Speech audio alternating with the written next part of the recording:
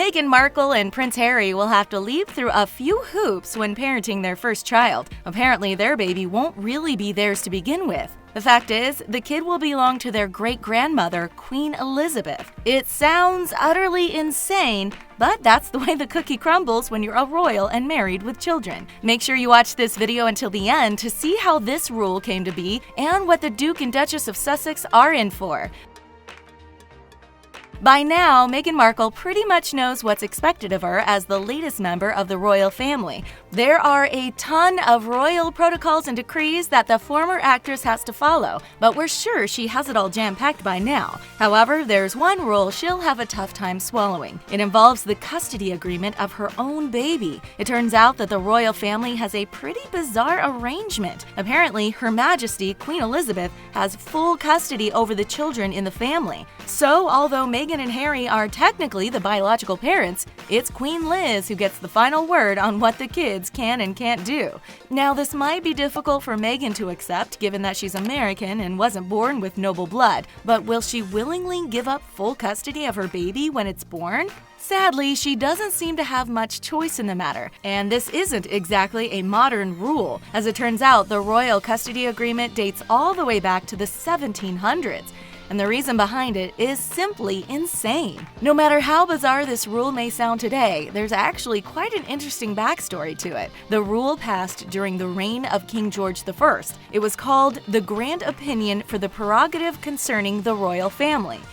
We know, that's a total mouthful. Apparently, this old rule basically gave the king total control over the raising, education, and marriage of his grandkids. He came up with it in the year 1717 because he had a really horrible relationship with his son, George II.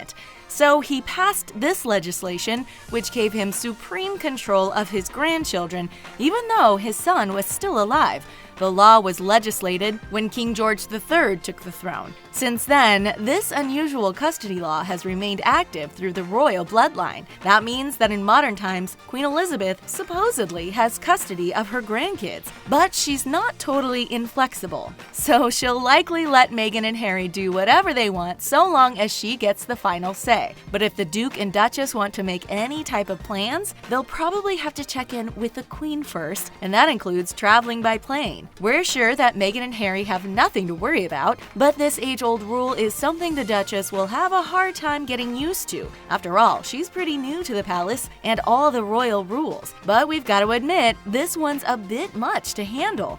And with her due date approaching, we're sure Meghan is probably freaking out a bit. The thought of not having custody of her baby before it's even born would make any expectant mother worry. But like it or not, she'll have to get used to Queen Liz having the final say in the child's upbringing and education. The Queen also calls the shot when it comes to her great-grandkids' traveling plans. So she'll say when and where Meghan and Harry's kid can travel. But they can rest a little easier knowing the Queen already has custody over Kate Middleton and Prince William's 3 kids, and she hasn't messed anything up. Back when Prince Harry and William were children themselves, their father, Prince Charles, had to ask his mom if his kids could fly together to Scotland. Being the awesome Grams that she is, she totally said yes. But the Queen has the last say on other parenting decisions as well, which means she's the one calling the shots. Giving Prince Charles permission to take Princes Harry and William away wasn't the last time Queen Elizabeth was involved in the lives of her kids. In fact, Charles wasn't the only one who had to ask for her approval, and on occasion, the Queen has been known to say no. Shortly before her untimely passing,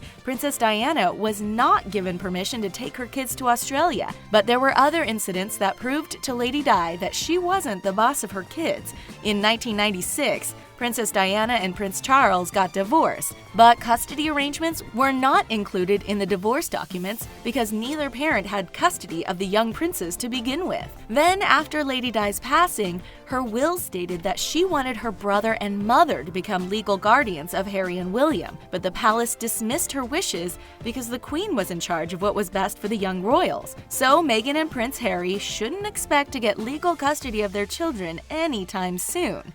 People can't help but wonder what would happen if Queen Elizabeth passed away. Queen Elizabeth will supposedly have custody of Meghan and Prince Harry's first child and future children, but Queen Bee is in her early 90s. We know it sounds harsh, but she won't be around forever, right? So in the event that the Queen passes away, the legal custody of her great-grandchildren will go to Prince Charles, who would become king. This custody agreement will also apply to Prince Harry and Meghan Markle's kids as well. Like his mother, Prince Charles tends to stay out of his kids' business. So in the event that he gains custody, he'll continue to let Harry and William parent their kids however they want. And besides, it's 2019, not the 1700s. The palace has learned to be a bit more flexible when it comes to the protocols of this nature. So unless someone has a major slip-up, neither Queen Elizabeth nor Prince Charles, the future king, will stick their noses where it doesn't belong. Still, people are shocked to hear that this archaic rule is still in effect in modern times. As it turns out, there are a couple of misconceptions about this old rule. Apparently, it's not as cut and dry as it seems. Let's face it, Queen Liz might be the one calling the shots, but she's also known to be fair and pretty flexible at times. So Meghan can probably breathe a sigh of relief in knowing that she won't have to hand control of her first child over to the Queen. Besides, the royal family is vast, and the kids have a great support system full of people who love them. So something ridiculously critical would have to happen for the Queen to invoke this protocol today. In any case, Meghan and Prince Harry will always be the one and only parents of the latest royal baby, just like Prince William and Kate Middleton are with their kids. The royal prerogative is there for a single reason, and that's to ensure the well-being of the next generation of royals.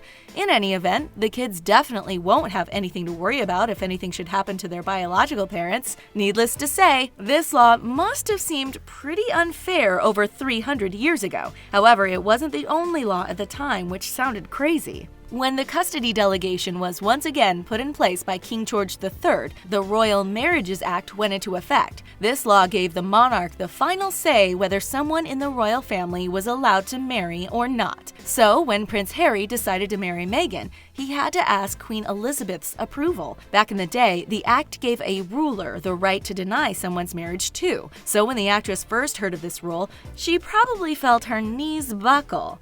After all, she had finally found the one. He just happened to be a royal. Queen Liz could have just as easily said no. But even though Meghan and Prince Harry will get to call the shots, the Queen will continue to give her input in what happens in their lives, even if she doesn't have the legal authority to do so. The Queen's primary concern is for the well-being of the members of the royal family. Keeping the line of succession in check is her top priority. So if Meghan is hoping that Queen Liz will keep her royal nose out of her business, she should think twice. The Queen still has a say in every matter, and as we mentioned earlier, that includes travel. So if Meghan were to have another child, the siblings wouldn't be allowed to travel together. Just wait, there's a reason for this madness.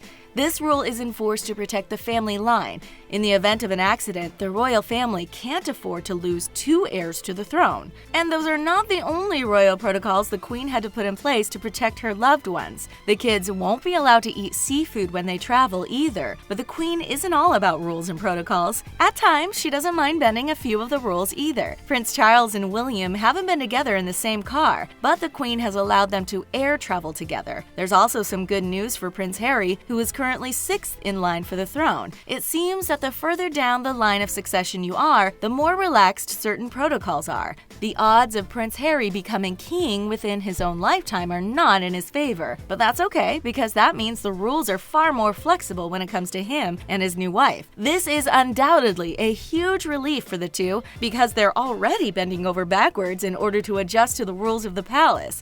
In addition, the royal couple have a lot on their plate with a new baby on the way. The last thing these first-time parents need is to feel as though they have no control over their lives. And at the end of the day, Queen Elizabeth is still a grandma, and like most grandmothers, she'll do whatever it takes to make sure her grandkids are happy. Queen Elizabeth has a pretty thick rule book on what's acceptable and what isn't, and we give Meghan kudos for handling it like a boss. As a former actress, she's had to say goodbye to red carpet events and put her acting career on permanent hold. She's also had to kiss social media goodbye and stop taking selfies with fans. It turns out all of these things are a major faux pas when it comes to the royal protocol. She's also had to adjust to a pretty strict formal dress code, which means you won't catch her taking a stroll in baggy pants and flip-flops anytime soon. But a lot of the royal protocols are pretty outdated, and thankfully, they aren't necessarily set in stone. The Queen is pretty chill when it comes to bending the rules. Queen Elizabeth is a rebel in her own right,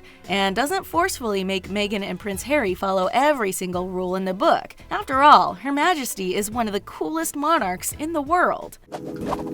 Do you think this archaic custody rule needs to get laid to rest? Let us know in the comments below. Thanks for watching, and don't forget to subscribe to The Taco.